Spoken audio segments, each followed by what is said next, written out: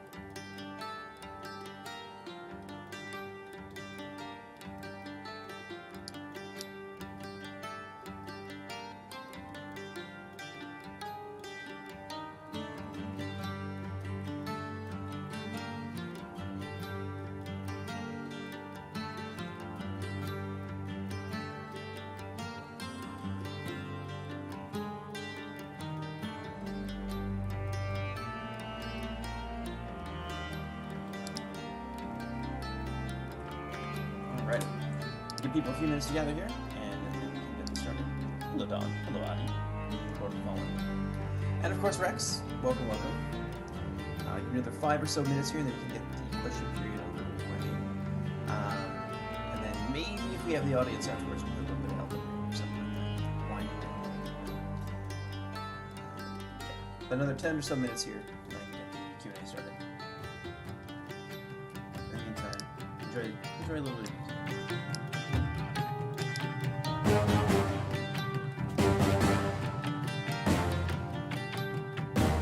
Hello there, man. Welcome to the stream.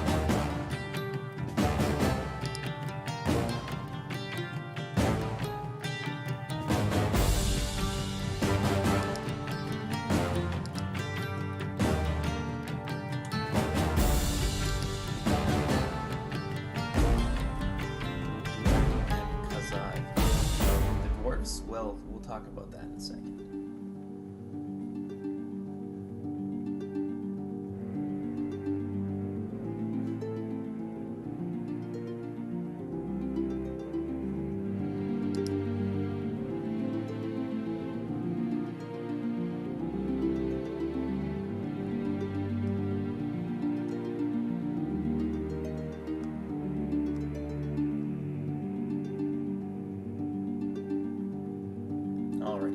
More minutes here. We're gonna get this going. Just want to give people a few more minutes to gather up.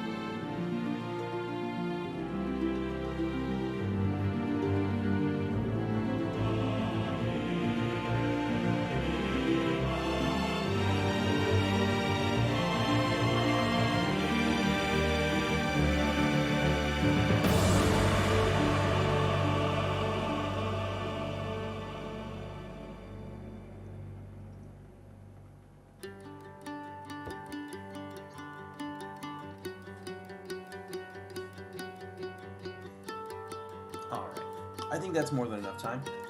Let's get this going here. I want to open the floor to anybody who brought some questions with you. I don't certainly think brought some. So we'll do that in a couple of minutes here. I will just get us started by saying that campaign is underway. In fact, we've already begun posting some previews for some of the units and mercenaries that you're going to see on campaign that are exclusive to campaign. And it's in multiplayer. We've also also got our region map done, and that's been broken up into some interesting things. But I want to start by talking about some more novel systems that you're going to see.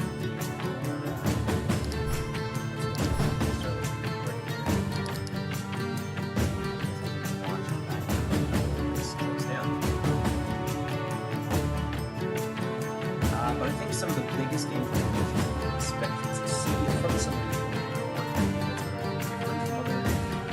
modern campaigns, is our recruitment system. So our recruitment system is going to be such that I want to try and limit that stacks band.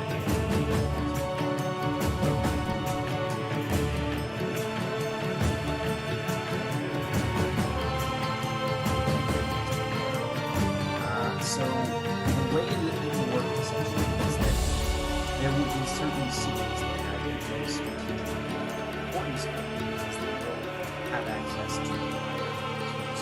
Now, not only resources on campaign now, but whatever, it really just comes down to the income thing. But for someone really to go more to so iron is going to be a resource that is present in certain tiles that is going to allow you to recruit advanced military units. And you're going to need iron in order to build things like above the level 1 barracks, or be accompanying buildings for cavalry, artillery, archer, skirmisher. So you are going to have to make some very interesting choices when it comes to your settlements, and what you decide to take and when is going to have a lot of serious impact on your campaign in terms of your ability to field armies. So a lot of cities are going to start with a relatively developed iron settlement. Doriath is one, so Menegroth will be one such settlement.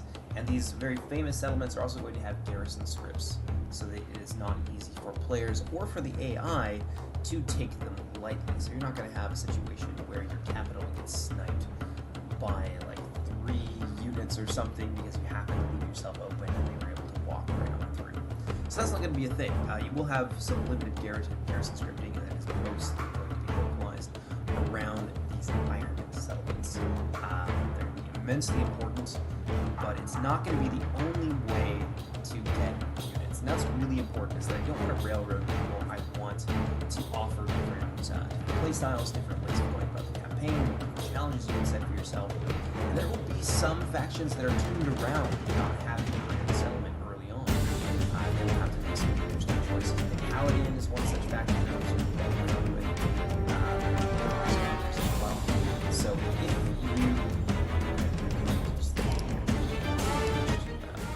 So if you find yourself in a situation where you lose your iron city, like your main city, or you're just one of those factions that simply don't have access, you're not going to be twisting in the wind. There are ways that you can win the campaign. And that leads me into the next part of recruitment, is that mercenary units and AOR are going to be literally everywhere. My intention is for the vast majority of settlements to give you access to some kind of mercenary recruitment. And that's going to be like lore flavorful. There will be references to characters or to factions that may not exist in the game. Yeah, this is where a lot of things that are in multiplayer right now are going to be improvements.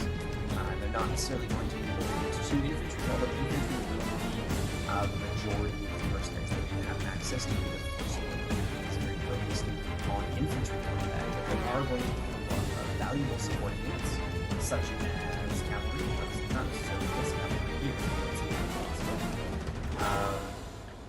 or in the cases of Angband, there might even be some custom monsters. The Brood of Draugluin is a possibility, and one of the more exciting unit inclusions will be legendary companies that you can only recruit as mercenaries, and you can only recruit them extremely infrequently. I'm talking between 20 to 25 turns, you'll get one unit. But let's take a moment here and look at some questions and see what's going on.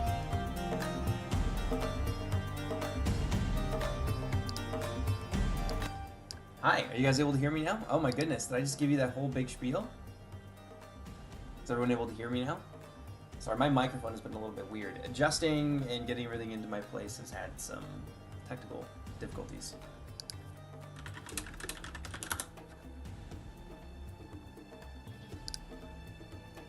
Yeah, you guys should be able to hear me. Looks like my mic is picking me up pretty well.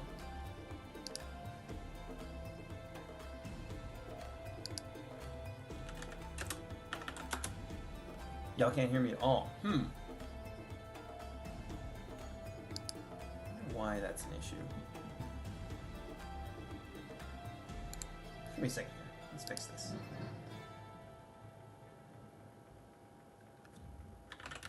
This is what I get for upgrading to Windows 10. Just everything has been fucked up for like a week now.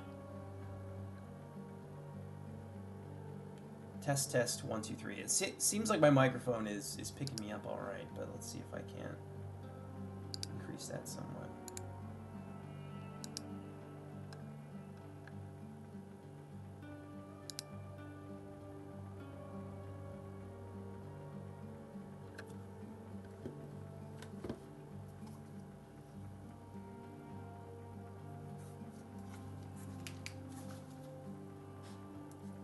Let's see if this fixes it.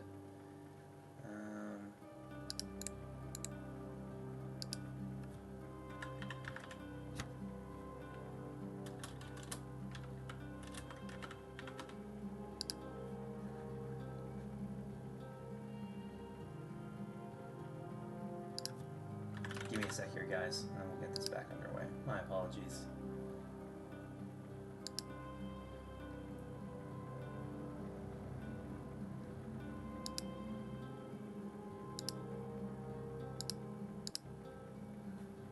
There we go. How about that? Y'all can probably hear me pretty well now, I expect. That's perfect now? Excellent.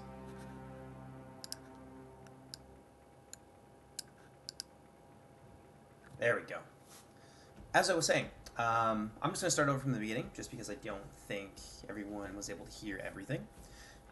So the way that campaign is going to work is that we are going to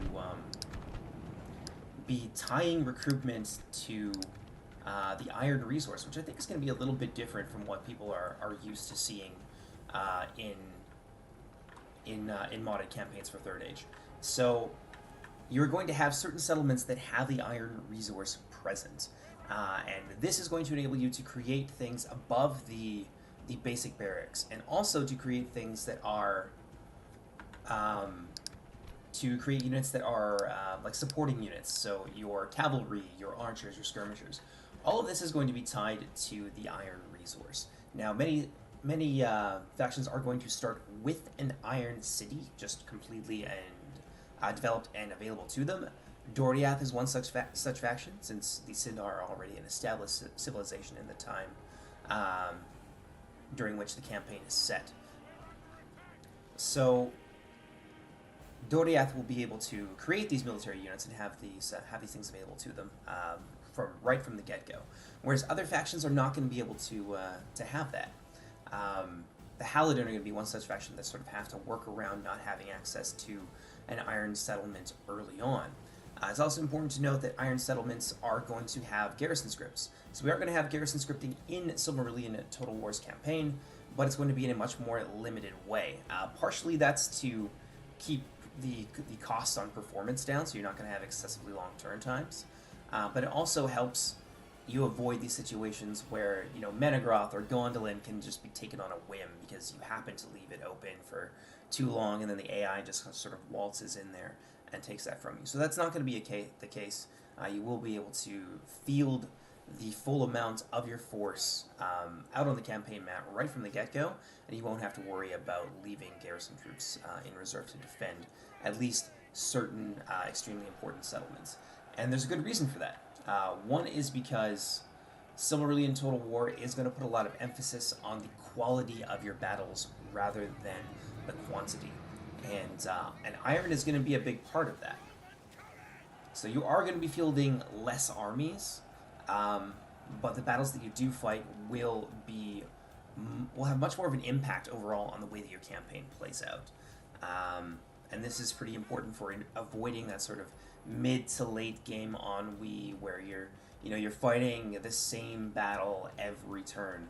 It's going to be a little bit different, and your armies themselves are not going to be cookie cutter because of this system, because of the limitations that are going to be in play. You're not going to be able to just make, you know, the same doom stack over and over again. You will be diversifying based on what it is that you're fighting, and also what sort of territory that you have available to you.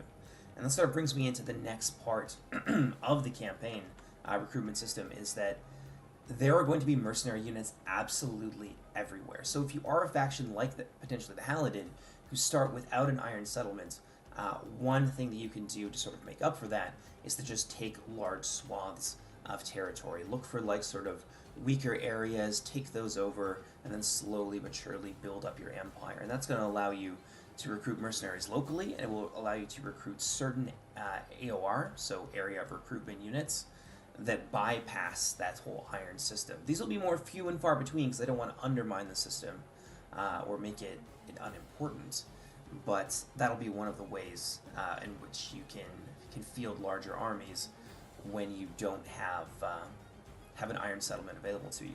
So iron will obviously be a much more steady stream of troops, but you will have to wait certain turns, whereas mercenaries you can also recruit immediately. So that's going to be a fun little dynamic that I'm really excited to see, you know, kind of how it ends up playing out. But yeah, that's one aspect of iron. Let's see if we have any questions here.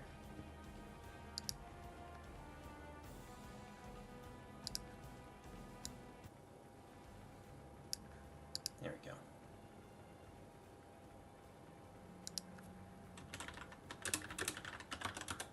Yeah, you guys able to hear me okay?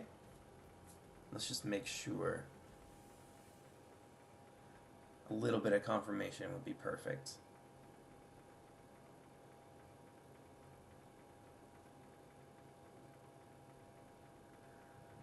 I'm just going to move on in that case.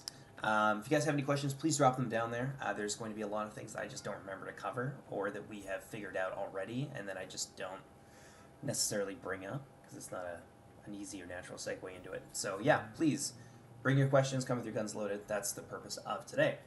One of the other big features of the Silmarillion campaign, and the one that I think I'm most excited about because I've never seen any mod do this. As far as I know, this is something that is unique to our mod and to our team, are Escalation Sieges. So in Silmarillion, or in other campaigns, let's say you want to do the Siege of Minas Tirith. You're going to fight one big battle, and it's going to determine whether or not you take that city right off the get-go. In Silmarillion, things are going to work a little bit differently for some of the very large and very famous locations. Now, these kinds of sieges are not going to happen everywhere. One, because it would be extremely tedious, and two, because it would sort of undermine the uniqueness of when these sort of battles actually take place. But I've decided to call them Escalation Sieges. So if you want to take Gondolin, for example, you are going to be taking 3 separate settlements, and we're going to be setting up campaign and pathfinding such that you can't circumvent the walls of Gondolin and go right to the keep. You have to progress linearly through these settlements in order to take the entirety of the city. So Gondolin will of course have its outer defenses. So you're going to be taking the walls of Gondolin first, and this will be its own siege map. So we'll be making each one of these individually handcrafted in IWTE. So first, if you want to lay siege to the city of Gondolin, you have to take the walls. After that, you're going to have a battle in the marketplace. So that's straight out of the Fall of Gondolin novel, which I'm very fond of. After you take the marketplace, you will then have to move on to besieging another settlement, the third and final settlements. Each of these sieges will only have 3 stages, and that is going to be the Tower of the King. So each one of these settlements will be will have its own garrison script, and potentially will be an iron production facility, although that's not clear. It might just be that the third one is, so that you can't become a military powerhouse just by having one of these settlements. That part isn't necessarily clear yet, but each one will have a garrison script, so you will have to invest an incredible amount of resources, and as I said, resources will be few and far between in order to take these settlements. So if you want to take Angband from Morgoth, you are going to have to work real hard for it. You're going to be looking at 2 to 3 stacks, I would say, in order to have a good chance of keeping up your momentum and not having to fall back and group, and that won't always be possible. So you will find yourself in situations where you want to take the enemy capital, you have an opportunity to do it, your time is limited, and your reinforcements are limited, and so you're going to have to get a little bit creative when it comes to your tactics. So that's going to be one of the big flagship features of the Silmarillion campaign, is that when you want to take these huge and extremely strategically important settlements, you're going to have to commit to it, and it is going to be, dare I use the word, an epic struggle in order to take some of these locations from your enemies. So that's a really exciting thing that I hope you guys are going to be able to see a little bit more previews of in the future. This is an idea that I can't remember if someone gave it to me on stream or not, but it is something that has been kind of cooking around in my brain for a while, and I would very, very much like to see this get put in to the game. And from what I understand from talking with our campaign team, Finn, who's like the lead developer of just about every mod for campaign ever, he seems to think that it's definitely a possibility. So that's going to be one of our big features. Escalation Sieges, I can't wait to see them, and you're going to get just really detailed maps. You're not going to see, like, Gondolin isn't going to have to shoehorn in all of these different parts. You're going to take the walls, and then you're going to move on to the marketplace. And it's not going to be like, oh, a separate siege battle. You're going to start inside of the city. These settlements are going to be created with immersion in mind. So there will be ambient settlements behind you, probably destroyed areas and things like that. Think of ruined Osgiliath. It's like an ambient settlement in behind you. And then each one of these maps is going to have its own flavor. So usually the first level is going to be your traditional siege with the walls and so forth. Second level is going to be like urban warfare, which can be very, very bloody. And then the third level, in 99% of cases, this holds true across all Escalation Sieges, is going to be a mix of the two. So you're going to have a final keep that you'll be laying siege to, and then there will be some urban fighting in and around. So there may be suburbs, there may be areas inside of the walled keep that you have to fight your way through. And each map is going to be differently. We're not going to be designing these based on templates. That's the important thing to note, is that Silmarillion is very much a passion project for the development team, and so when it comes to these maps, everything is going to be different. It is going to play out differently, and we're going to put a lot of care and attention into each one of these individual maps. It will take some time in order for us to get all the Escalation Sieges in, but my goal is, for our first release, I want to have one of these Escalation Sieges done, and I would like that to be for Angband, for the big bad for sure. Let's go ahead and take a look at chat here. Will every faction have access to these mercs, or will they be culture specific? It's going to be a mix of both.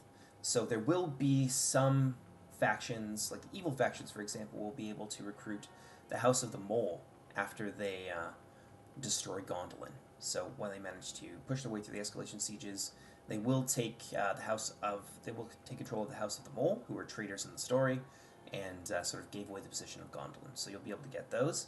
But Gondolin itself won't be able to field these House of the Mole units, at least in the current conception of campaign. So there will be some that are culture-specific.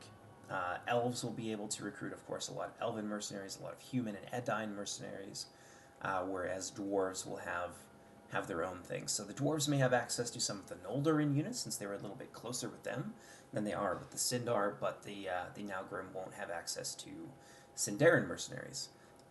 Whereas the Easterlings will definitely have access to Noldor, maybe even to the dwarves through their connections to the Sons of Feanor, but it'll be less likely that they'll be able to recruit Green Elven mercenaries, for example, etc., etc. Will every faction be playable? 90% of the factions will be playable. There are going to be certain minor factions, such as the Grey Elves of Mithrin, which currently aren't intended to be playable. Neither are the Horrors of Nandan Gortheb. And there will be even smaller minor factions. Actually, I had a little bit of a poll on the channel, and it looks like the Smiths of Aeol are the winners for today.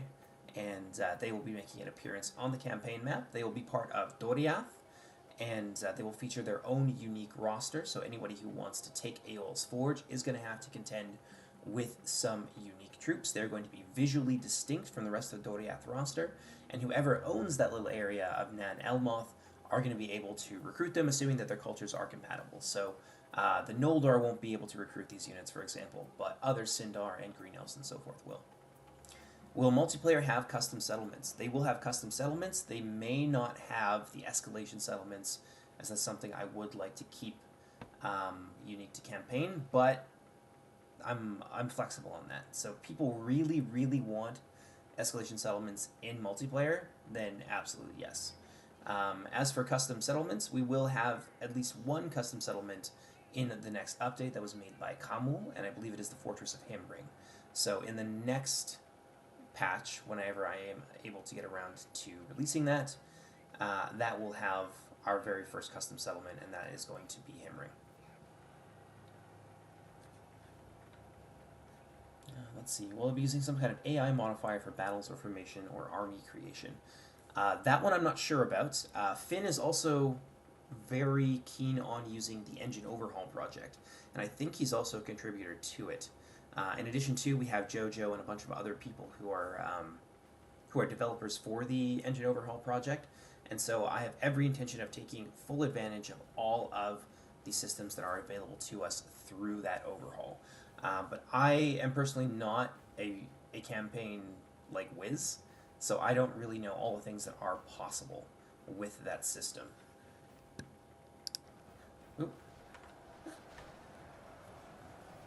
So yes, we will be taking advantage of the engine overhaul project.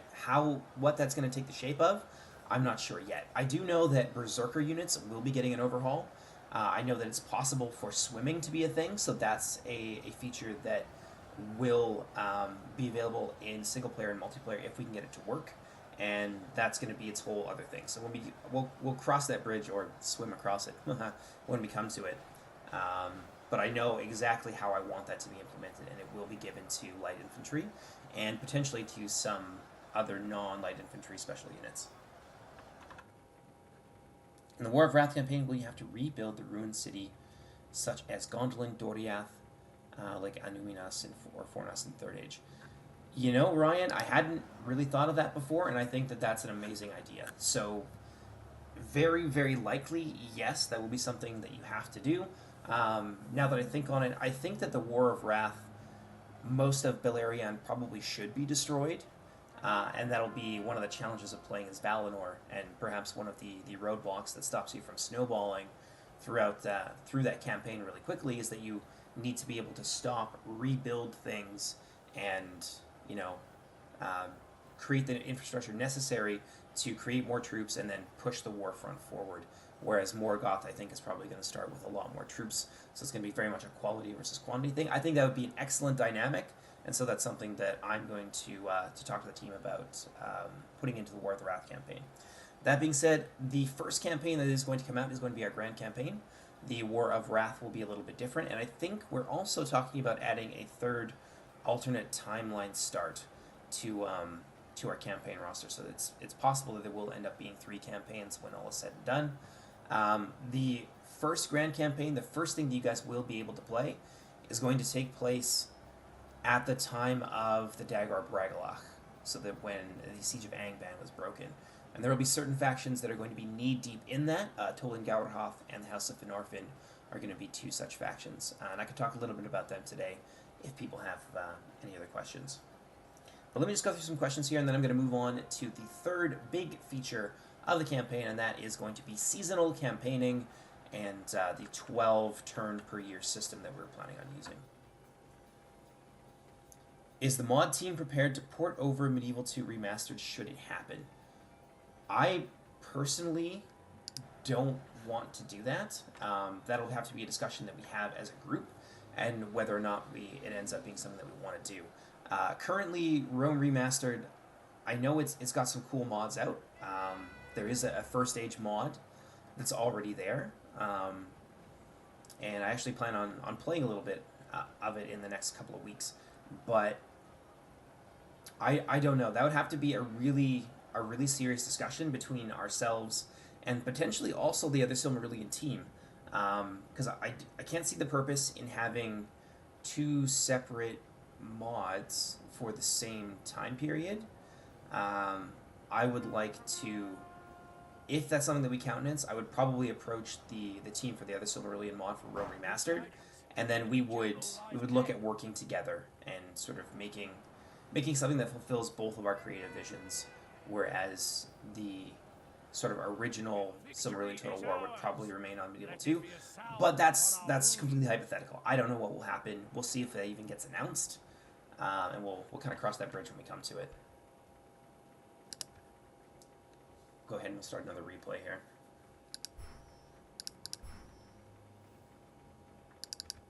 This one's dirty, like a nuke half my army with a mangonel in it. It's pretty fun. Let me just tab out here real quick.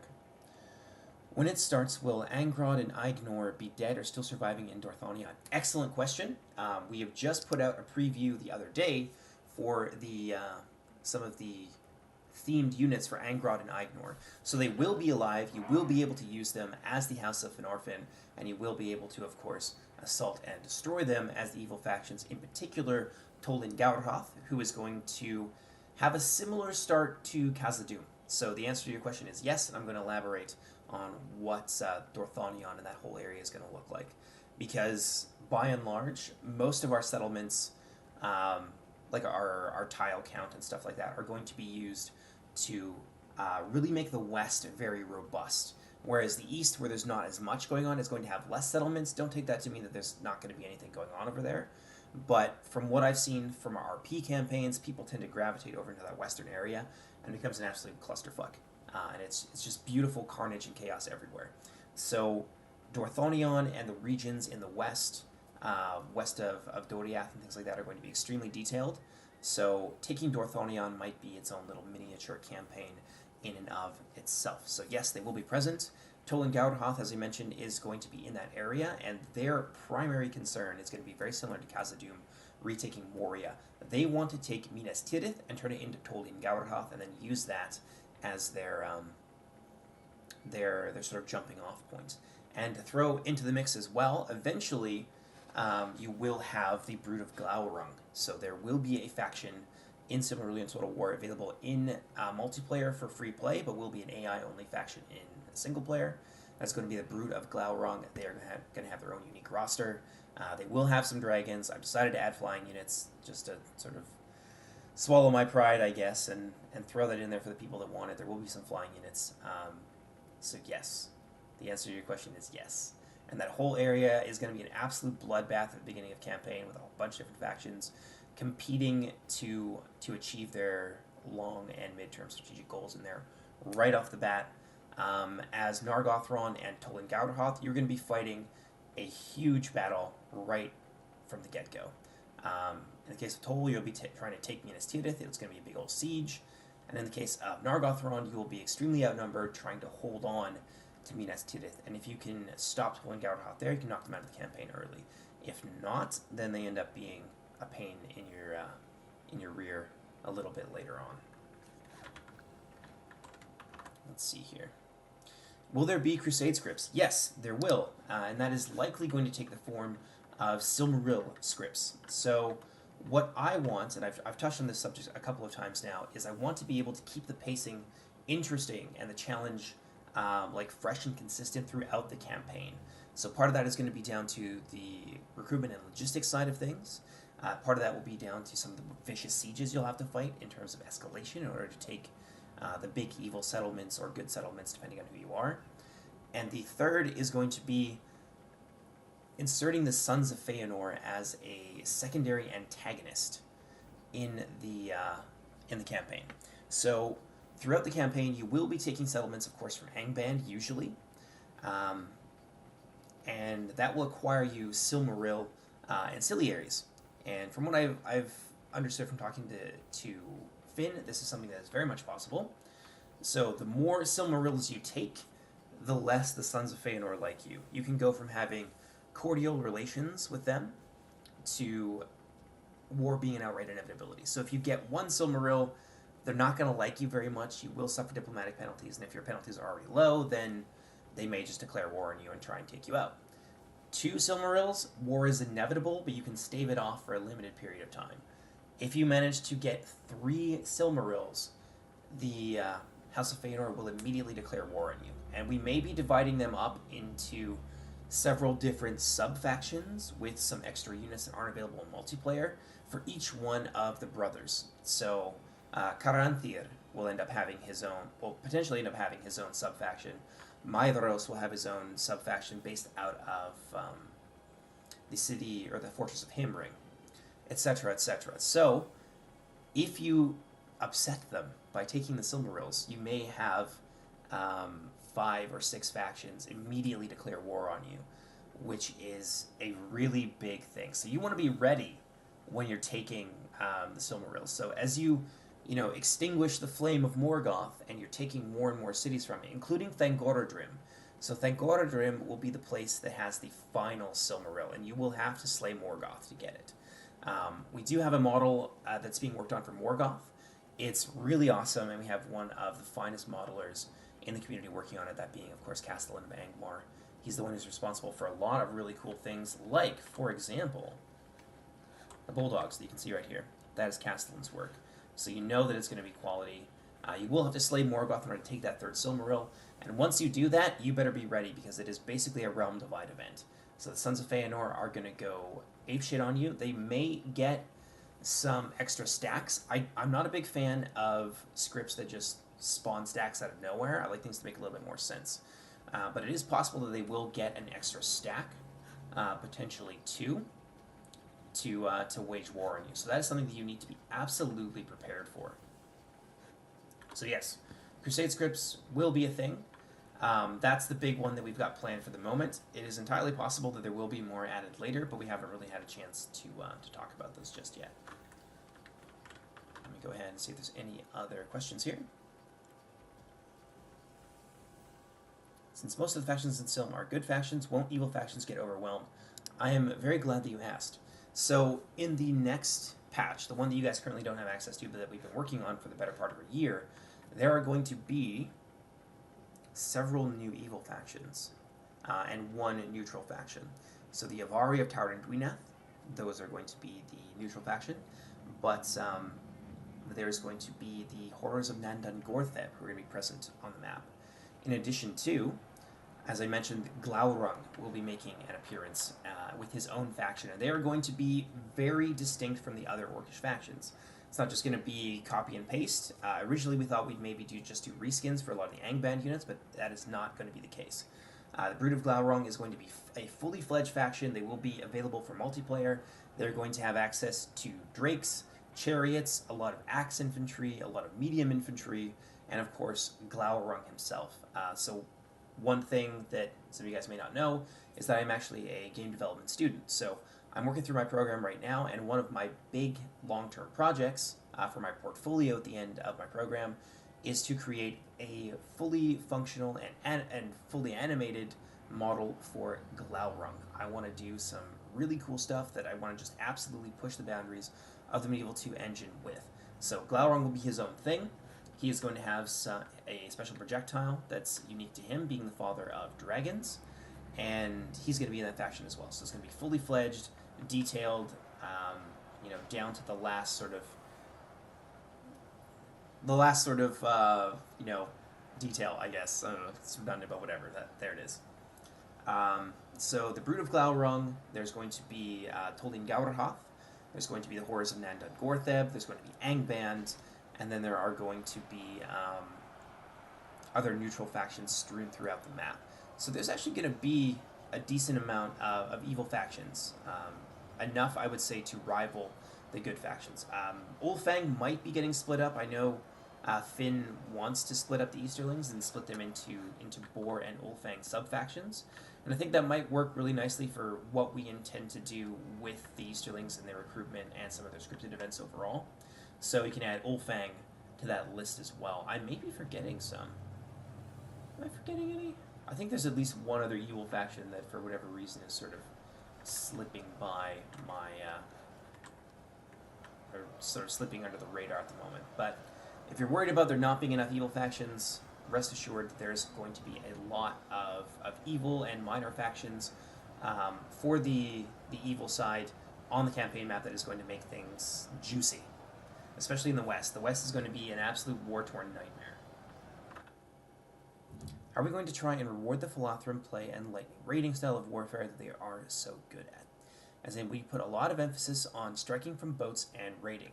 Now, that's something we haven't fully developed just yet, but I do want to be able to offer some sort of interesting mechanic for the Philothrum that specifically deals with their logistics and how quickly they can move around the campaign map. I have to talk to our lead developer for the campaign a little bit more closely. Ooh, that's nasty, yeah. Frying half my army here. But, yeah, I'm not sure right now. We have to take a look at what's possible. But that is something that's definitely on our mind in terms of the Philothrum specifically. But in a more general sense, the factions in Silmarillion on the campaign map, I want them to be as varied and different and unique as they are in multiplayer. That has always been the goal from day one. Is I've looked at the way a lot of other mods play out in terms of their diversity and their playstyles and things like that. And I mean, this isn't a knock. I play a lot of these mods, but I believe that there are things that can be done a lot better. And that's always been my stated purpose with Silmarillion. So when it comes to campaign, you can expect the same diversity and like between factions and between units that you've come to expect from the multiplayer. And that's going to take the place of not just like rosters, but also campaign mechanics, etc., etc. All right. Yeah, the Feanor will be sort of an antagonist as well. I think that's the faction I was thinking of. It's like they will attack you regardless of who you are if you acquire enough Silmarils. As there are flying dragon units, will there be eagles? That's also possible. I haven't really told anybody this, so this might be a shock to some of the development team and the testers who are in the chat right now. But I've been looking at the Heralds of Manwë, who are one of the Maiar bodyguards for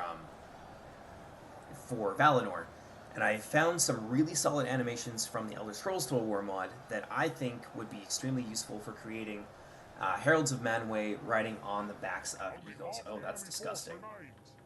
That's beautiful. Look at that. It's the new Mangonel at work. Absolutely drenches area in Sorcerer's Fire. But it's possible that the Heralds of Manwë will end up riding on the tops of eagles. I think it's pretty cool. I'm not going to go overboard on flying units because flying is still a little bit janky, but I did come across some animations in the Elder Scrolls mod that work really nicely, that aren't like stuttery, and like the amount of damage that they do is like very logical, and they don't, yeah, it works really well. So that kind of gets rid of one of my biggest qualms with flying units, is that they're kind of janky and kind of gamey. So I've managed to find some animation sets that really work quite nicely with that, so it's very possible that you'll see the Heralds of Manwë being another flying unit. That being said, I'm not going to go overboard on flying units. I think that this is an infantry-focused mod. We spent a lot of time and effort into making it such, and that's what we're going to continue to focus on. But yes, there will very likely be some more flying units. Okay, don't think I have any more questions, so I'm going to move on to the other big feature for the Silmarillion campaign, and that is going to be the campaign seasons. So this has to be very, very carefully fine-tuned because it can go so wrong so quickly. But we are going to be using a 12-turn per year system, partly because it allows us to add a lot of robustness and depth to even just the seasons that you choose to wage war in, but also it's going to prevent your elven units from dying of old age. So there's going to be no fear of any elves dying of old age in the Silmarillion campaign. It would literally be like mathematically impossible. Like you would need like over 600 turns to make somebody die of old age.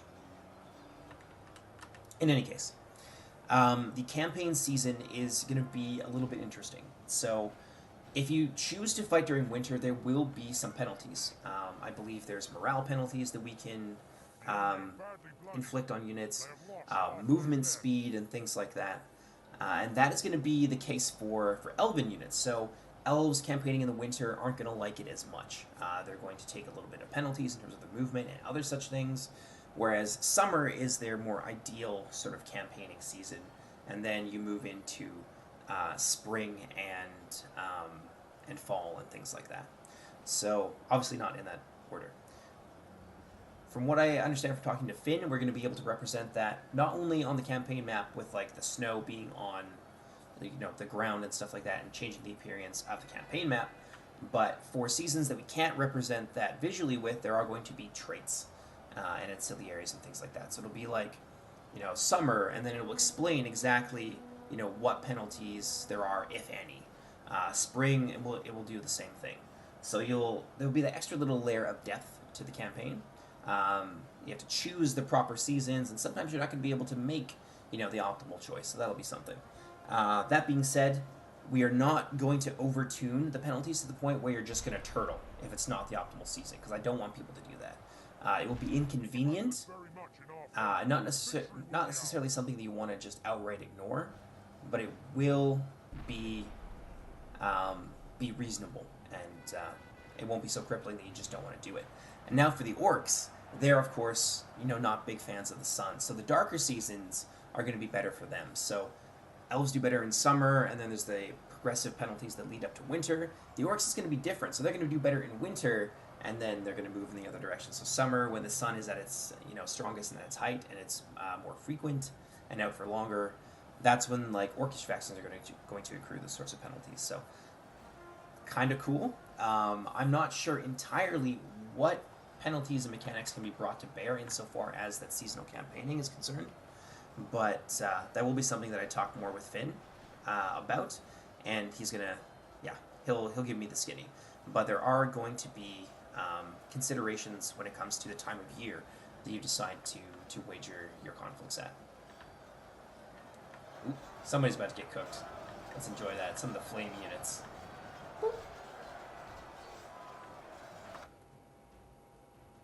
Let's see. It'll be really interesting to finally see the dwarves as an evil faction, or at least more turn to the dark side than good, as we're used to seeing them as. No penalties for Melkor. Stronger units, but... There we go. Sorry about that. I think my OBS died there. So to answer your question, Marcus, yes. So the stronger units, the monsters and things like that, that Angband is known for, and are really make up like the killing power of their armies, those are going to be largely unaffected. That being said, there will be some terrain effects. I know Sauron and the Balrogs don't do as well in forests with their large bulk and things like that.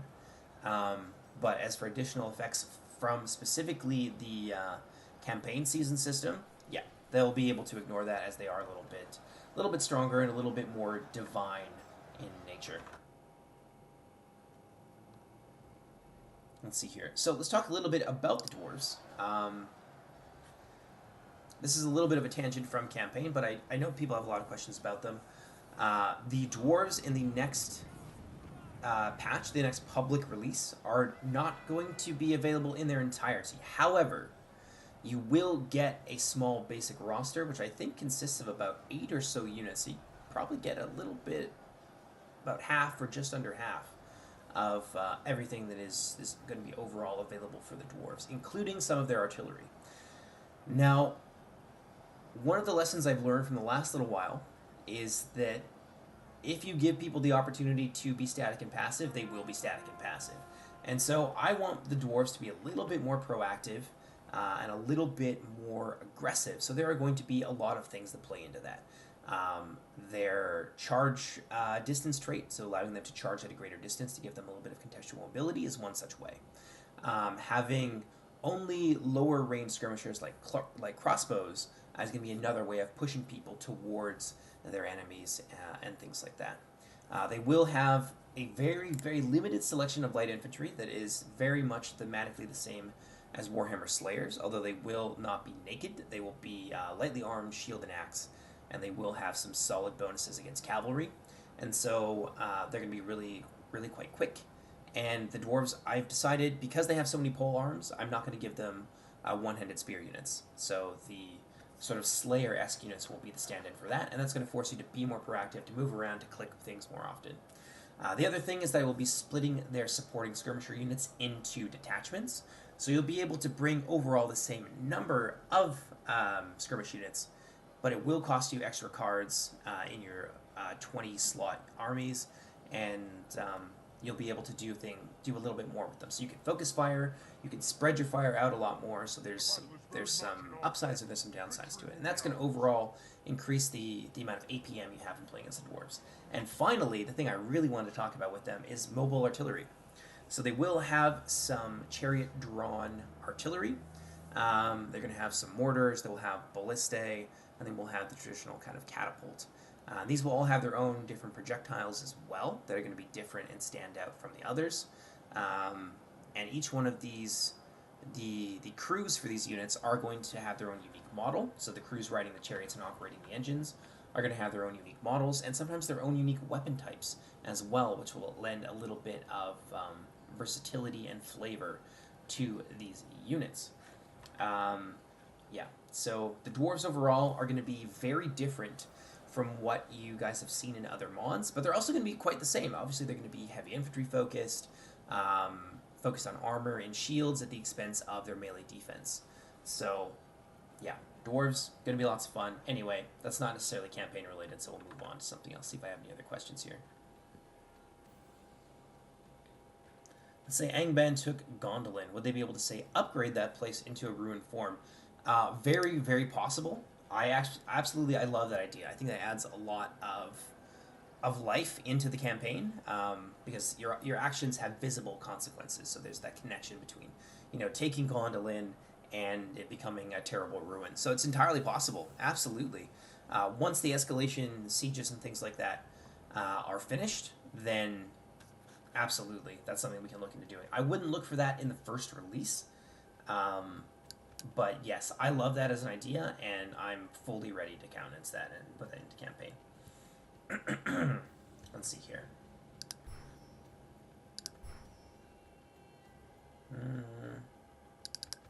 Dorothonion. Let's tab out here real quick, see if I have any other questions. Yeah, the dwarves, I wouldn't see them as evil. I would say the dwarves are more of a neutral faction that are more aligned with the West than not. Certainly aligned with the Noldor, it'll be easier to keep relations with them. Whereas the nearby green elves, you're obviously not going to be good friends. So it's very likely that you'll come into contact at several points throughout the campaign with the green elves. And the green elves and the dwarves are very much foils of one another, although they do have some very, very obvious strengths that can be a problem for the other side. So the dwarves are less mobile. Obviously, I said I'm trying to make them more mobile and increase their APM, but when it comes to the green elves, who are light and quick and are able to use their range to their advantage, much more so than the dwarves, that's going to be it's totally different. Like, there's mobility and then there's green elf mobility. Whereas, obviously, the green elves can't stand up in a melee fight the way that the dwarves do, so they'll need to be very careful in the ways that they choose to engage with the dwarves and make sure they have the right units, so Orphan and Tower and Mythorn and things like that. So yeah, I wouldn't say the dwarves are going to be necessarily an evil faction, but you will have lots of choices with them, and that is kind of the crux of the campaign, is that I want to give people as many choices as possible while still sort of keeping things within the bounds of the vision that Tolkien had for the first age. So it'll be very unlikely, for example, at least in his current form, that you'll be able to, say, ally yourself with Morgoth as the Sons of Feanor, because that would just be, it would be very, very immersion breaking.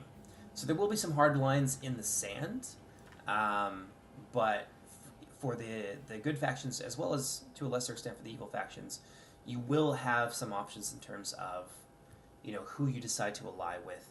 So you're still going to get that sandbox feel. You're still going to be able to kind of write your own story, but it's very unlikely that if you play Sons of Feanor, you'll be able to strike an alliance with Morgoth.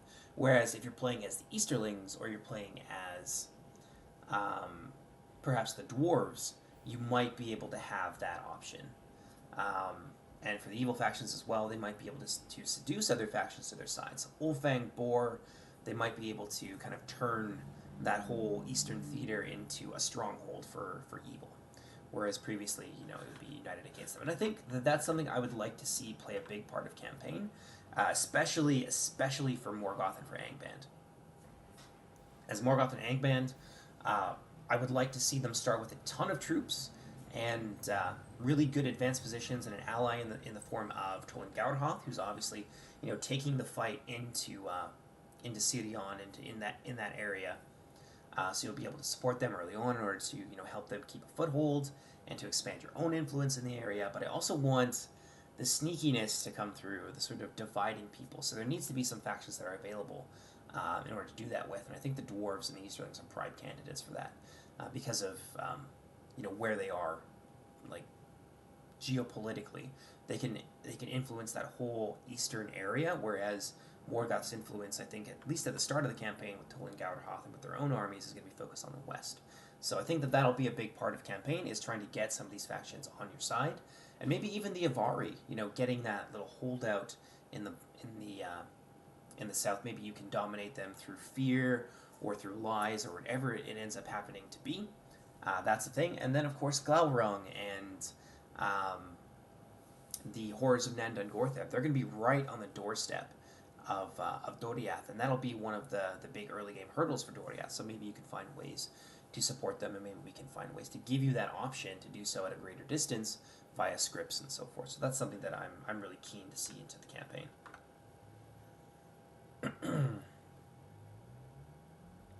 Just make the ages for all the elven teens, late teens, early 20s, and you have 20 turns before old age death, or 200 turns. It's going to be even more than that because we are using a 12 turns per year system, so you can, you know, basically add 400 turns to that number. Any campaign units that need to be tested in multiplayer? Well, obviously there's going to be the core rosters. And I want to talk a little bit about the core rosters, but by and large there are going to be a lot of units available in single player that are not available in multiplayer, and there's a very good reason for that. Multiplayer is not going to be completely disconnected, but it is very much its own thing in terms of, you know, how we decide to approach it, and who gets what, and more importantly, who doesn't get certain things.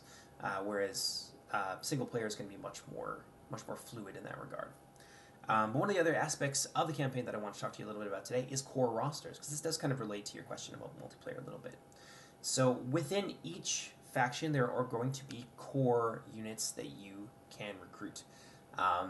Let's use Nargothrond, or the House of Finarfin, for an example. All of their Talith Dirnin and Tauda and Falroth units are going to constitute their core roster. So when you have a settlement with iron, those are the units you're going to be able to build. Your higher tier units, so your Wardens of Nargothrond, your Bridge Wards, and things like that, those are going to be AOR. You'll also recruit higher tier units with much greater experience. So your basic high tier troop is going to be recruited with 3 chevrons, and that's going to help to sort of balance out the relative scarcity of your high tier units, which will form very much the kind of core and nucleus of your army, with the greater abundance of mercenaries and other such units. So there's not going to be a ton of high tier mercenaries, for example. There will be some, but mostly it's going to be like mid tier or low tier, and they're going to be supplementary to the mid tier units that you're going to have from your core roster. So most of your armies are going to consist of mercenaries and your mid tier core units, but you can sort of make partial doom stacks with using the House of Finarfin, for example. If you're able to wait enough turns and to like raise these units, you could make an army in a reasonable amount of time with, say, 3 or 4 pike units, the Bridge Wards, and then you can back those up with the Wardens of Nargothrond. And that's going to be like the core of your army, and then everything else is going to be built around, you know, supporting those units. So there's going to be, hopefully, at least an incredible amount of diversity, from mercenaries to limited high tier units, some units having a high tier core, some not, and things like that.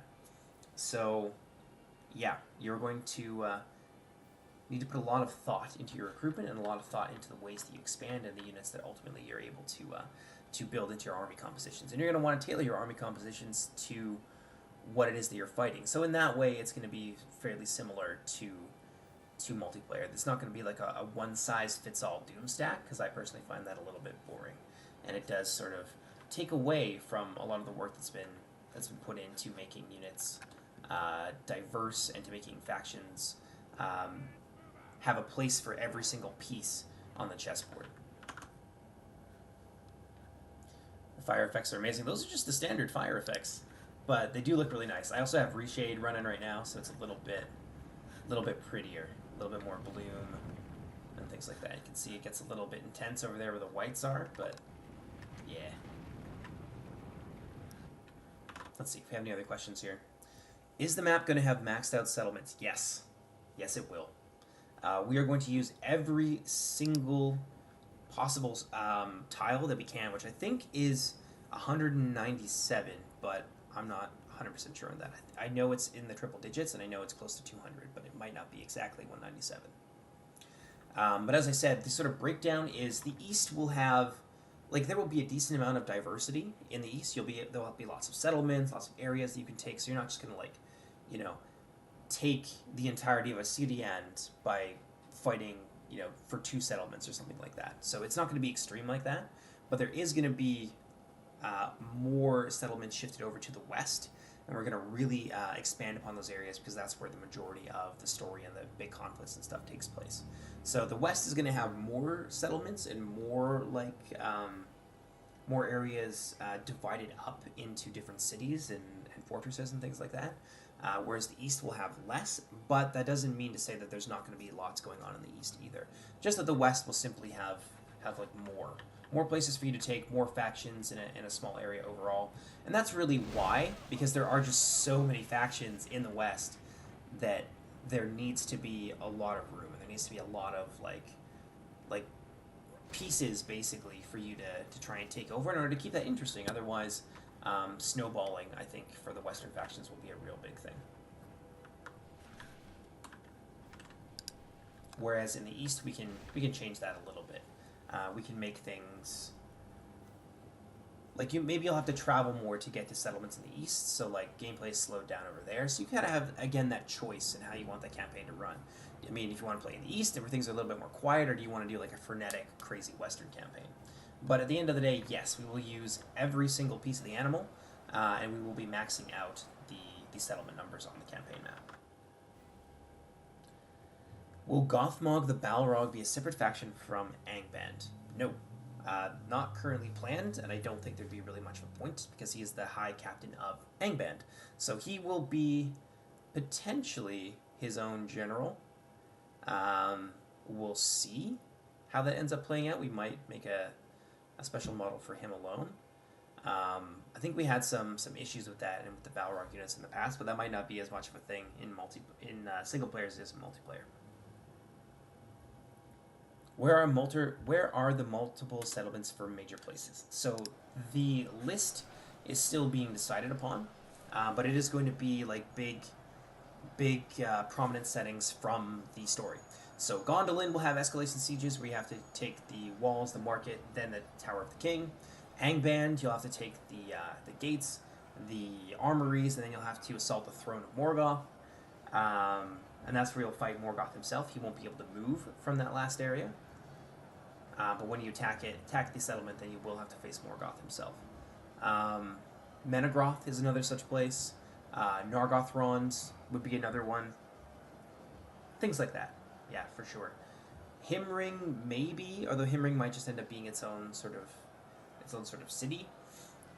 Maybe one of the havens for the Philothrum. I don't necessarily want to give them 2 escalation points, but they might end up getting 1. But yeah, like I said, we haven't figured it out entirely yet, but we're getting there.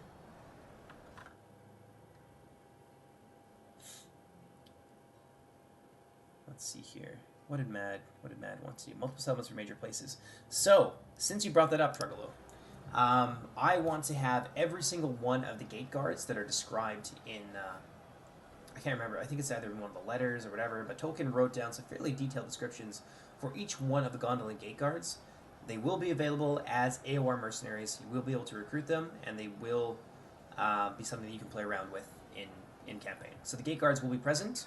We've already got a couple of them, I think like 3 or 4 of them in-game for Gondolin as it is. I think the catapult crew are the Gate of Bronze, and the Gate of Stone is the Ballista. So we do have some of them right now, but there will be more. They might not necessarily be exactly as described in Tolkien's work, just because so many of them are archers, and I want things to be a little bit different. So there will be some that are archers, and some that will maybe add some extra unit types and functionality and versatility that Gondolin doesn't have otherwise.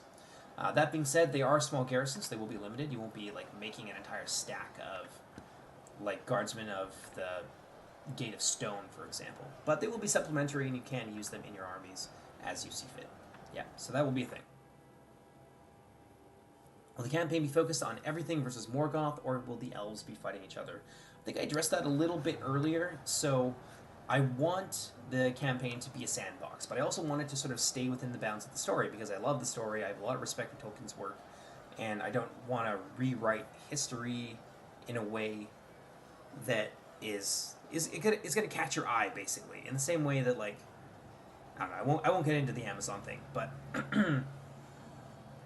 the goal is to allow you the maximum amount of freedom while still making it a Silmarillion campaign and a story that conforms to the events of the book.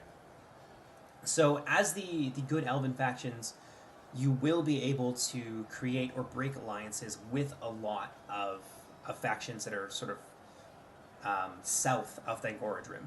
For most of the elves, 99% of them, you will not be able to create an alliance with Morgoth, or with maybe with Tol and Gauderhoth.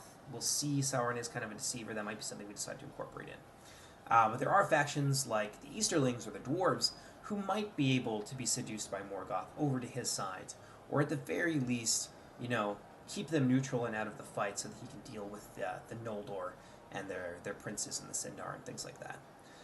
It would be very unlikely for the Green Elves and the Dwarves to be able to form alliances together, but the Dwarves will be able to, you know, maybe make nice with Doriath, and perhaps you can sort of right the wrongs of the theft of the Silmaril from Doriath, and stay on good terms with the Sindarin Elves. Or maybe you want to betray the Noldor. Like, you'll start off with good relations with the Noldor nearby, with the various Sons of Feanor factions, but maybe you want to betray them. So some factions will have more flexibility, others won't, but in most cases you will have, I would want at least 3 good options available for you in terms of diplomacy for every single faction in the game. So it doesn't have to play the same way, and there can be lots of replayability, and maybe you can switch those alliances at various points throughout your campaign, depending on how things are going elsewhere in the campaign map. So it won't be everybody versus Morgoth, at least not for the grand campaign. There will be some options there, both because it's more interesting from a gameplay perspective, and also because it conforms to the story, right? So Morgoth is sort of the Lord of Lies. He's able to do a lot of very scary and very shifty things when it comes to manipulating his enemies into fighting each other when they should be just fighting him. So I want to be able to represent that, and he can't really do that in like everyone versus Morgoth sort of dynamic. So the answer, I guess, is yes and no. It really depends on your choices and what the AI ends up deciding to inflict upon you as well. Let's see here. How will I utilize the Balrogs? Several Balrogs general, or just one? I'm thinking just one. Against the AI, Balrogs, I recognize, can be extremely powerful. Against players, it's very different. So players know how to take down Balrogs, whereas if you're fighting against the AI, they're a little bit dumber. And they will have a harder time dealing with the Balrogs. So it's very likely that you'll get one Balrog, maybe you'll get 2, in response to like certain like scripted events and things like that. But units like that I do want to keep to a respectable minimum, because I know how strong they can be against the AI, and I don't want to trivialize the difficulty of campaigns. So that'll be a work in progress. It'll take us some time to get that right, but at the moment I'm leaning towards 1, maybe 2 Balrog generals at most.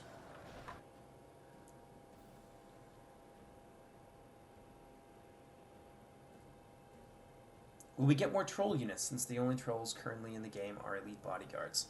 Yeah, I don't see why not. I don't see why there's any reason why we couldn't have various kinds of trolls.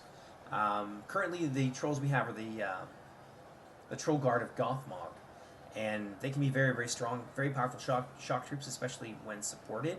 They can be just absolutely monstrous terror units. I don't see any reason why you're not going to see more troll units in the campaign. I would expect to see new warg units as well, both for Angband and Tol and Gauderhoth. So the Brood of Drauglin, sort of a riderless warg unit I really would like to see in campaign. I'd like to see that be like a legendary company, a recruitable legendary company. So that's something you can expect to see expanded as well. But I see no reason why you won't get more trolls, and why you won't get other crazy units as well. I won't give away everything that I have planned, but there are some things that, as I get better with my animation and with my 3D modeling work, that I really want to expand. So, all right, I can't keep a secret for shit. So, I would like to add, if possible, other nameless things, and what those end up looking like is going to be entirely at my discretion. But I would like to add, you know, the odd nameless thing that maybe you can recruit from like the depths of Thangorodrim or something, and you get like very rarely, and have it be a new form of monster, something you haven't seen before. Preferably something with some sort of like acid breath or whatever, right? So that's entirely possible, and that's just an example of some of the diversity that you can expect to see on the campaign. Let's see if we have any other questions here. Will Ungoliant's role be in the campaign? Unfortunately not. There's currently no plans for Ungoliant, just because our start date for the Grand Campaign, at least for one of the potentially up to 3 campaigns we're looking at starting, is going to start at the time of the Dagor Bragblock. So well after Morgoth has returned to Middle-earth and to his seat in Angband, and well after the Balrogs would have driven off Ungoliant from assaulting their master. So she won't be in campaign, at least not currently. I am willing to be flexible. Like, if a lot of people really, really want Ungoliant, then maybe we can find a way of getting her into the campaign. Either as a scripted event, like she returns or something, and she comes back with a bunch of, like, spider units from Nandan Gortheb, or maybe she ends up being, like, an ancillary, or maybe some combination of the two. Maybe if you defeat Ungoliant, you get her as, like, if you're playing as Morgoth and you defeat Ungoliant, then you'll get her as an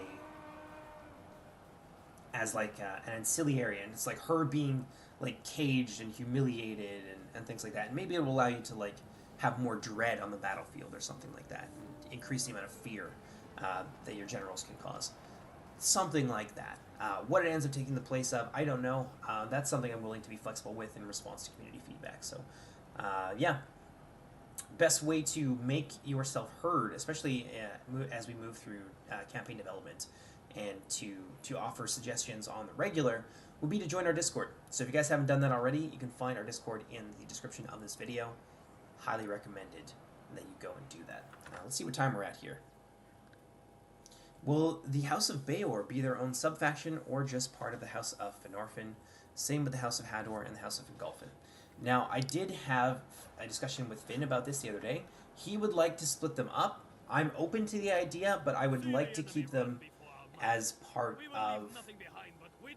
of the rosters for the House of Fingolfin and things like that. That being said, there is a possible compromise. You know, maybe they make an appearance as a minor faction controlled by the AI, but the House of Fingolfin, who currently is the House of Hador, will still have access to them. Or the House of Beor, who are part of the House of Feanor right now. They're the Edain auxiliaries for the House of Feanor. Maybe they have their own little space that they can, you know, exist on as a separate independent entity, while still giving the House of Feanor, who are balanced to have these units, access to them. So that's, yeah, that may be what it ends up taking the form of. But currently, they will be part of their respective factions as they are in multiplayer. But again, willing to compromise on that a little bit. Tab out here really quick. Any scripted fights or battles that take place. For example, take army to certain spot in campaign and fight this certain spawn army for a powerful reward. I'm not sure how we're able, like, what the limitations are in terms of like scripting and coding that. That would be a question for Finn, but I would love to do that. Yeah, I would love to have something like that that sort of like pushes you, gives you a big risk versus reward. Yeah, definitely a possibility. Let's see here. In another Silmarillion campaign mod, I believe Ungoliant lives in Tower and Dweenath, since it's described as being a mysteriously terrifying forest. Now, we will have some spiders in Tower and Dweenath, and we do have an Avari faction who will be living in there. They're going to be kind of neutral.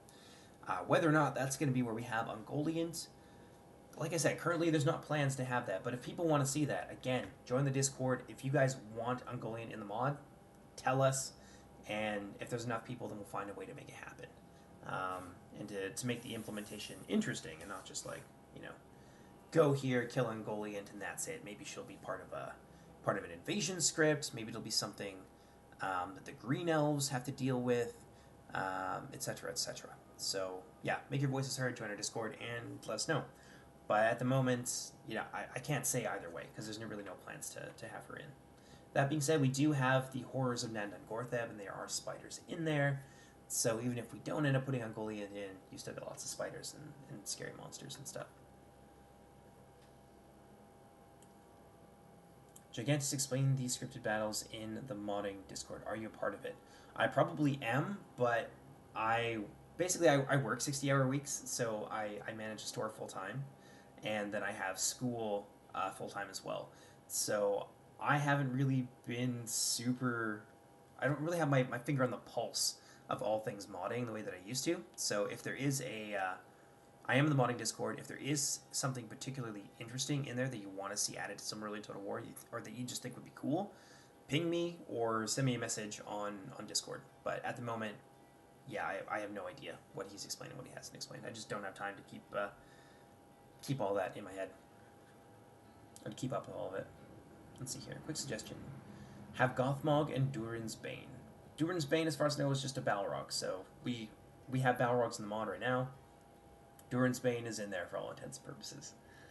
Whether or not Gothmog ends up being his own separate thing, it's possible. I wouldn't be opposed to adding him as another single entity for the campaign. But we'll see. Let's see if we have any other questions right now.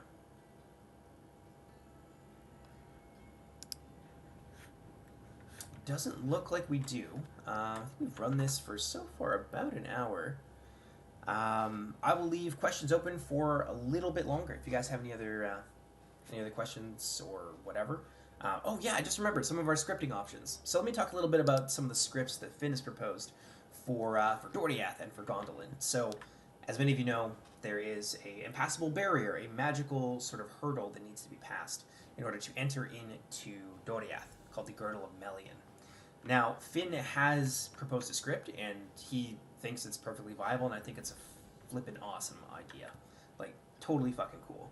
So, you will have the option to lift the Girdle of Dorothonion, and the borders of Dorothonion will be impassable to anybody from outside while you build up. But once you lift it, it's lifted, and it's not coming back.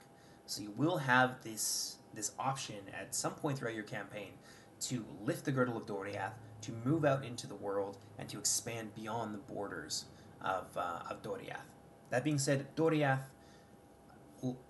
when I explained it earlier about, you know, expanding the number of regions in the west, Dorothonion, I would like to see Dorothonion have a good at least 15 regions, so that you have to spend some time conquering your way through there. And then, of course, Nandan Gortheb is going to be right on your doorstep as well in the north. So that might be something that you want to take care of before you lift up the Girdle of Dorothonion. And I would like that to take, 20, 30 turns or whatever. But meanwhile, while you're doing that, there's a lot of things going on outside in the outside world. So it might be necessary for you to, lift it a little bit early and move to the aid of some of your allies and things like that. So hopefully there's going to be a really interesting choice there. But the Girdle of Dorothonion will be present as a script, and it will be something that defends you, but also keeps you kind of penned in and away from the world. So you get to choose the moment when you decide to reveal yourself. And Gondolin is going to have something very similar. So Gondolin, from the discussions we've had so far, there will be a choice early on in the game. So do you want to expand beyond the borders of Gondolin, or do you want to sit there and turtle? So this is a thing for...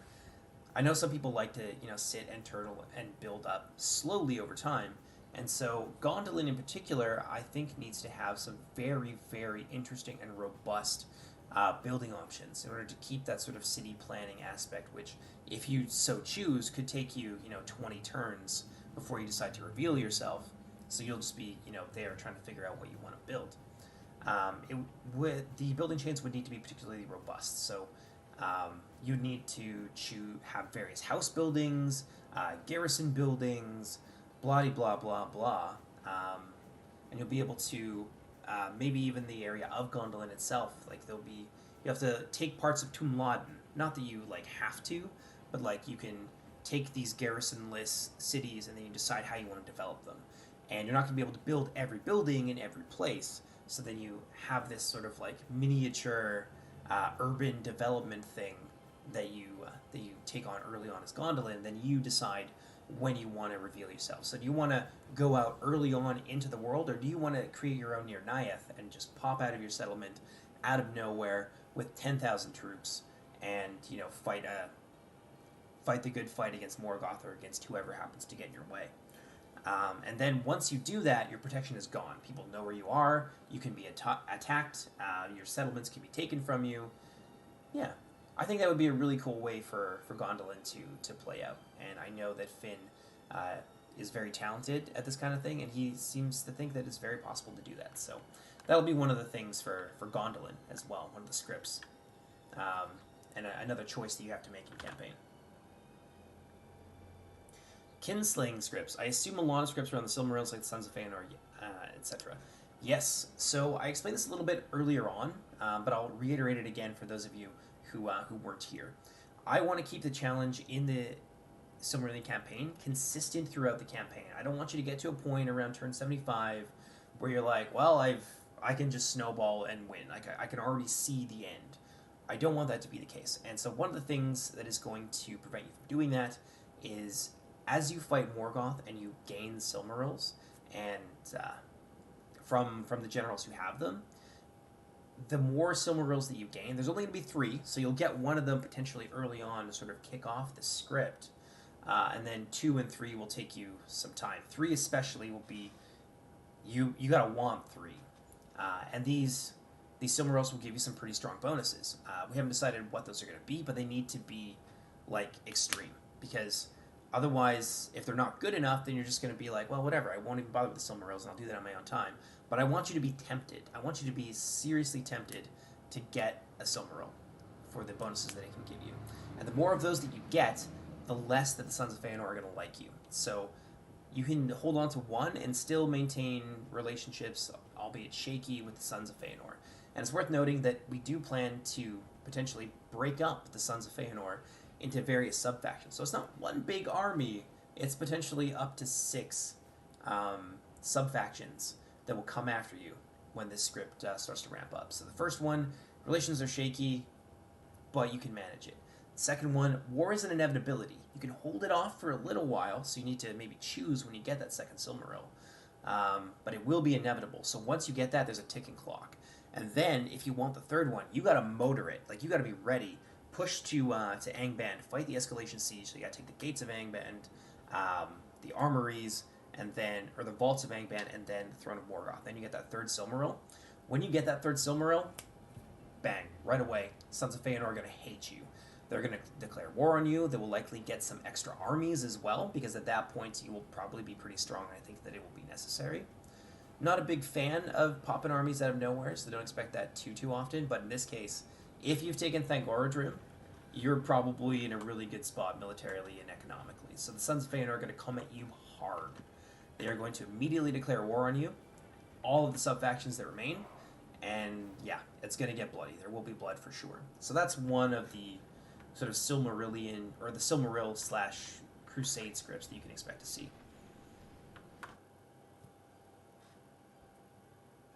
How about Gondolin? Will there be only one way into the valley? I'm looking at one, potentially 2 ways into the valley. I think 2 would be a little bit more interesting, so that once you do decide to reveal yourself, you can't just turtle with a stack on one, settlement and just destroy people.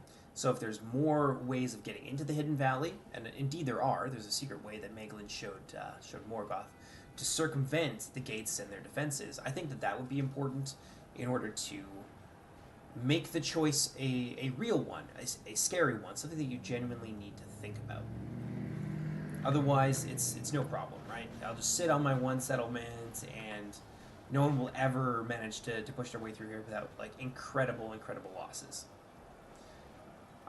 So yeah, there will probably be at least 2 ways into the Hidden Valley.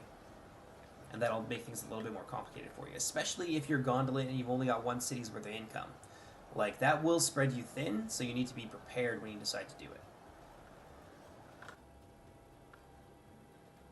We're going to make use of crusades, jihads, and papal state stuff. I feel that could be interesting in regards to the Sons of Feanor. I'm not super familiar with those mechanics myself, but I absolutely expect that Finn will want to do that. But I don't know those mechanics well enough because I'm not the lead campaign developer. I just do multiplayer, faction design, and just sort of our overall direction. But I don't really work with the campaign stuff particularly. So, yeah, absolutely with the Crusades, given what I just explained, but everything else, I'm not sure. I like the idea of using a Crusade mechanic for reclaiming the Silmarillion. Yep, absolutely. That's something that I think is very flavorful, very lore friendly, and that we're going to make the utmost use of. Ooh, that's nasty. Let's see if we have any questions and things like that here. All right. Unless we have any other questions, I'm going to start to wind down the stream here a little bit. I'll give you guys another 5 minutes or so, because I basically said everything that I need to say on my end. I've talked about the Iron recruitment system. I've talked about AOR. I've talked about scripts. I've talked about the 12 turn per year campaign season and like the penalties for fighting in winter, etc., etc.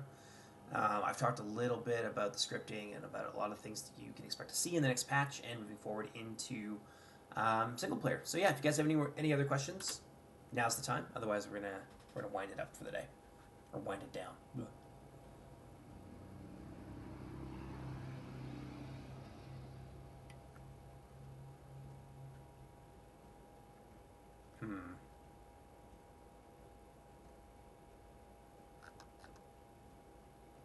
With the hidden path several tiles wide, so it would take multiple armies to block them. That would be costly. Yeah, that's a possibility.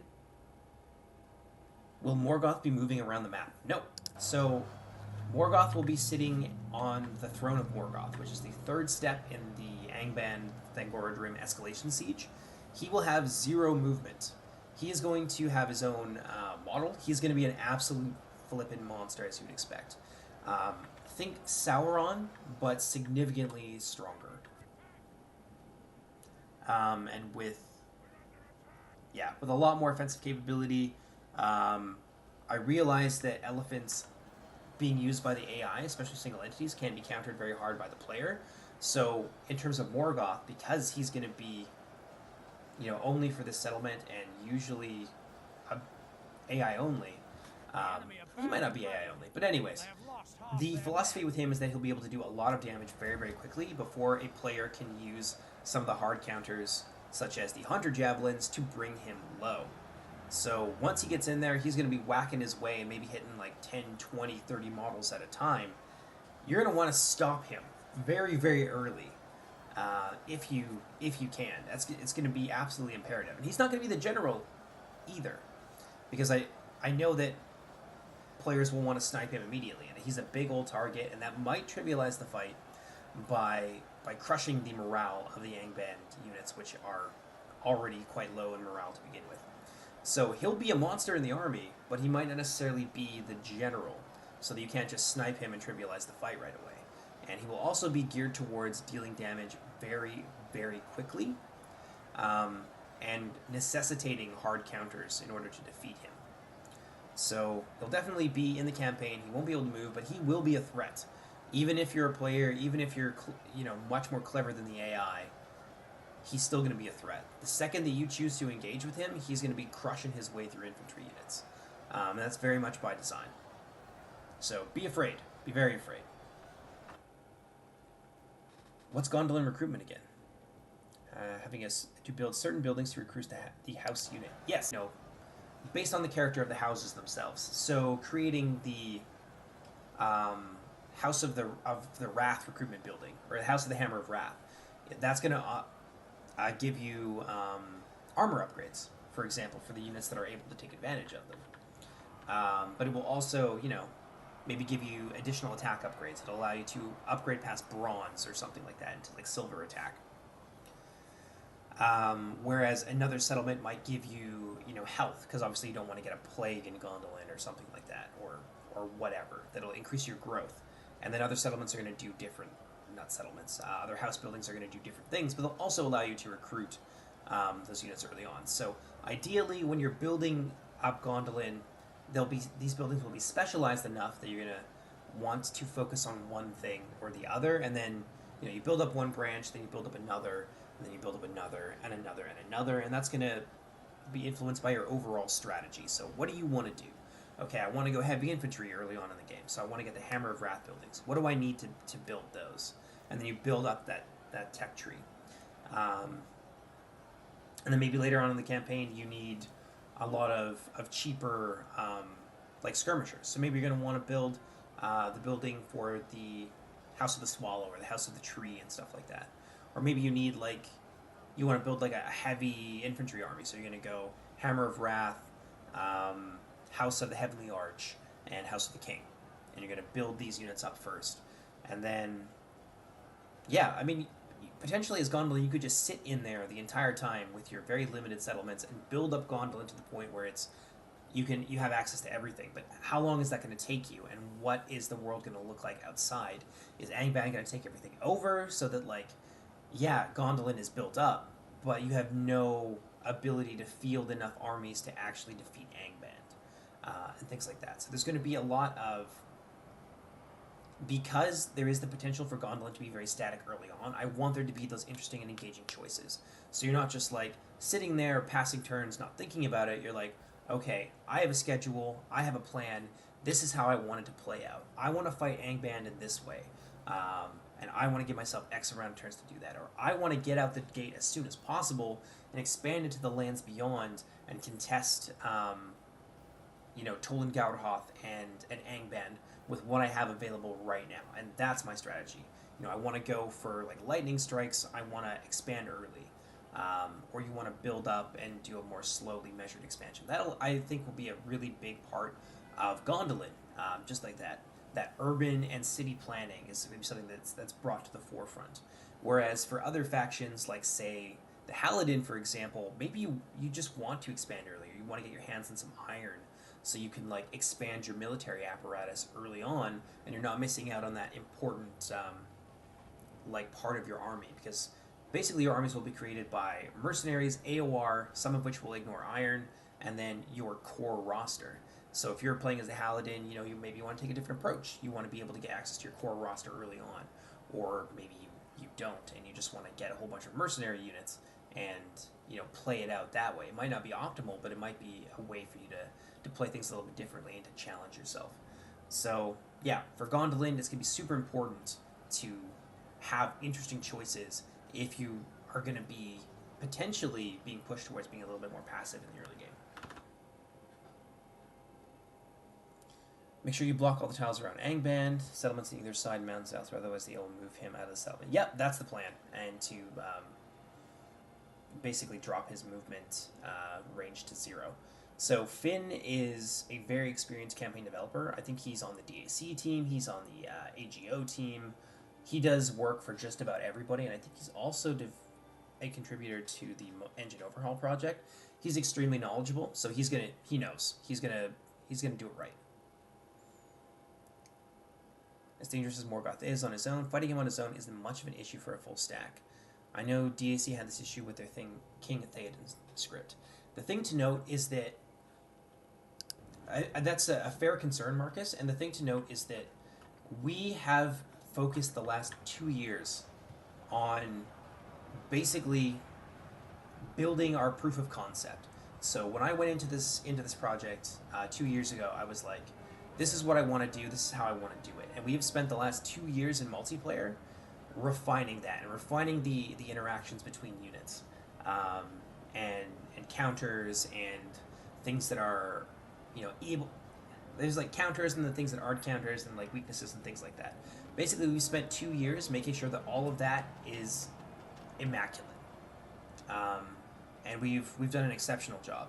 So I'm very confident that I know the direction to take Morgoth in. I know how he's going to interact with certain units, and I know kind of the PowerPoint to put him at in order to be totally fair. But we've developed a proprietary stat system for this mod. We've spent years refining it, so I'm very confident that our gameplay is spot on. And when it comes to implementing these big units, that we know exactly what we're doing.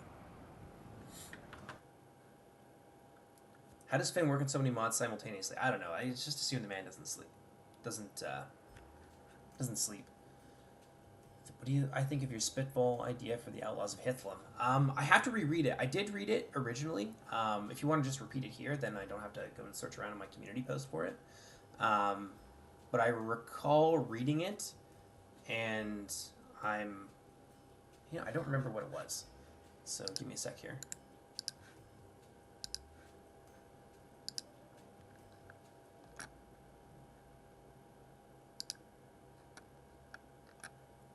Let's see here. Start as a horde faction. That's the Outlaws of Hithlum. Recruitment, finances, mercenaries, kings. Yeah, that's entirely possible. I think that would be really appropriate for the Outlaws of Hithlum. They would probably be a faction that I would like to see pop up similar to the Brood of Glaurung a little bit later in response to a script, and then they pop up in Hithlum, and like I said, Hithlum isn't just going to be like 2 or 3 settlements. I would like to see Hithlum be something in the neighborhood of like 15. So the Outlaws can pop up, they can be a horde faction, and they can try and take over some of the settlements that are in there, maybe from the Easterlings or from whoever happens to have it at the time. And they would have to naturally be very friendly with the Noldor that are out there. So if the Noldor still control that area, then they move on elsewhere. But I think that's a really good idea. I'll inquire with Finn as to the possibility of it. But I think that would add a lot of life to the campaign map, and that's really a big important part of it. Is that I don't want it to just feel dead, just be a sandbox. Like obviously I want it to be a sandbox because that's a big part of the Total War gameplay, is writing your own story. But like we can nudge things in certain directions, and having factions pop up like that, and suddenly there's these new challenges that you didn't expect and you didn't plan for. Yeah, I think that's a brilliant idea. I would love to see that in the mod, for sure. What are all the start dates for the campaigns? When does the Dagger Bragalac start? I think it's like 437 or something. 455. So that'll be the start date for the first grand campaign that you see. Will be 455. It'll be during the Dagger Bragalac, the Battle of Sudden Flame. The War of Wrath, I don't have a confirmed start date for it yet because we haven't really gotten to that point in development yet. Right now we're only focusing on one thing at a time, and that is the Grand Campaign. So a lot of the stuff, actually basically everything that I've talked about today is for the Grand Campaign, and that's how it's going to play out. There was also some discussion of a alternate start campaign, so one that maybe takes place a little bit earlier, so that we can get more certain characters in the game that wouldn't make sense to appear during the time period of the first grand campaign, and that will also necessarily exclude other characters. So it'll be like a different time frame. Maybe it'll start as early as the Battle Under Stars, things like that. But I don't have a start date for that either. That's just something that is being considered right now. I think it would be really cool. I think it would be pretty easy for us to do, especially if we already have the framework from the first grand campaign. But yeah, I can confirm that for the first campaign you will ever get your hands on, it's going to be 455 of the first stage, so Dagger Bragalac.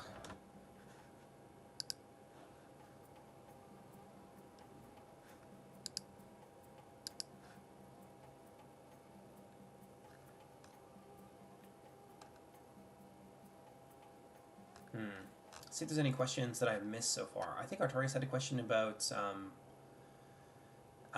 tournament replays. Those will be out as soon as I have time to get to them. I might have some time today. Thursday's really busy. I have someone coming over, and we're gonna be doing homework and stuff together. So it won't be recorded today, but I fully intend to get through all those replays eventually. see. Any other questions? No, I think that's probably pretty good for now. I hope you guys have enjoyed this so far. But yeah, rest assured that the campaign is underway for Silmarillion Total War. We've got some really cool ideas. There's some great innovations, and our team is... We're all excited. We're all like hyper motivated. Steward of Dale has already made like 2 or 3 campaign units for Angrod and Ignor in Dorothonion. So you're going to see an incredible amount of diversity. I know that thus far in multiplayer, Silmarillion Total Wars factions have been like smaller and like very focused, and that's an intentional design thing because that's how I want multiplayer to play. But when it comes to single player, there's going to be so much diversity, and you're going to see so many different things, characters, locations, and all of that are all going to be brought to life in the engine. So really excited to show that off to you guys, and yeah, join the Discord. Join the Discord for sure if you want to keep up with development.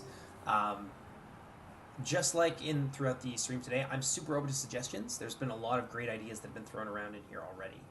So if you guys want to suggest names for things, or if you have ideas for scripts, or if you want to get involved in development, or you just want to be a part of the community and just hang out and have some discussions with us, absolutely join our Discord. I'll give you the link to it right here.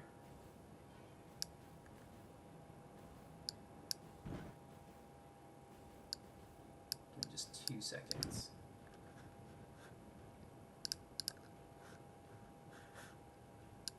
Oop, 1 second here. My browser has died.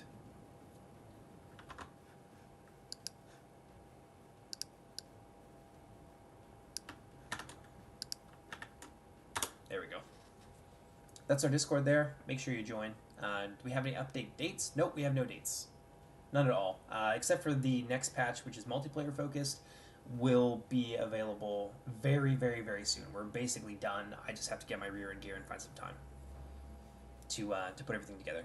If Feanor is split, will you only be able to play as one of the sub-factions, Mithros most likely, or are all available? And how will the Silmaril mechanic work if you play as Feanor yourself? Now, if you're playing as Feanor yourself, I would feel very uncomfortable with just forcing you into wars that maybe you're not ready to, because somebody somewhere took a bunch of Silmarils.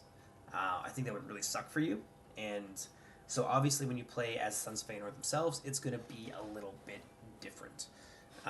Likely, if we do split them up, you will play as Mithros, although it's entirely possible that you will have the option, because the playstyles will be very similar between all of the sub-factions, to play as whichever brother you prefer. The other option is that you simply play with all of them, and you play as like a combined larger empire. Though that one I don't like as much because it basically gives you a massive empire and might trivialize the campaign.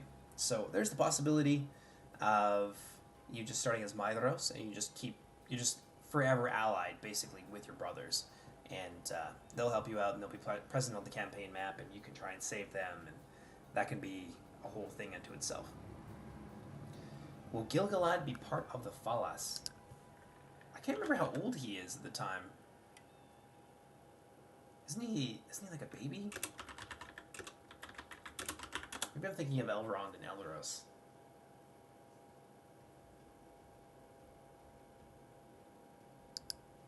I can't remember when he was born. It's entirely possible.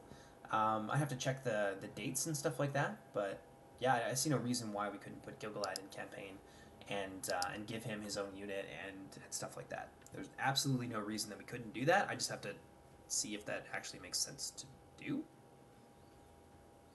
But yeah, when it comes to characters like that, if it's reasonable and they're not dead, so if we're not going to put Feanor into the first campaign, for example, because he would be long dead at the time of Dagger Bregalach.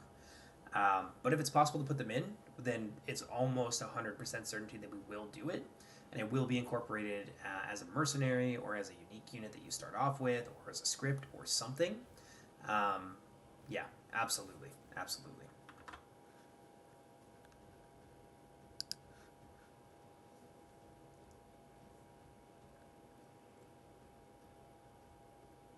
Maybe the Sons of Feanor, once some roles are retaken, the Union script could be used. Yeah, I don't see why not. I think that could be like I said, I don't know the scripts as well. I don't really know what's out there with the campaign stuff. But if there is the possibility of confederations and things like that, absolutely, I think that should be a huge part of Mythros' campaign. I think that and maybe some scripts revolving around the Union of Mythros, so getting some additional support from dwarves and from the Easterlings would be really important. And I think one of the things that we could use to balance that out would be limiting the recruitment for the Sons of Feanor much more heavily than we do with other factions, as they are a smaller faction with less Noldor and things like that. So it's entirely possible that, maybe it takes the House of Fingolfin 3 turns to raise one of their high tier units. Perhaps it's going to take the Sons of Feanor 4 or 5. I think 5, even as high as 6, might be a thing to do. And then that way, you really need to lean heavily into those scripts, or you need to lean heavily into mercenaries and things like that. So that could be one of the unique challenges of playing the Sons of Feanor. So, absolutely. Absolutely. I'm actually going to write that down. I think that would be a really cool direction to take the Sons of Feanor campaign. So yes, 100%. If there's a union script like that, then that's going to be used, and I think that'll be the core of the Sons of Feanor campaign. All right. So we're winding down here a little bit. I think we're down to about 10 or so people here. I think we had like 25 or so. So I'm gonna wind things down. Again, join the Discord. You can also subscribe to my channel if you want to keep up on development, or you just want to watch some fun games done by the community. But in any case, my name is Jordan, also known as JMonster. I'm going to answer one more question here. What parentage would the mod agree with for Gil-galad? I don't know yet. That would have to be a discussion later if we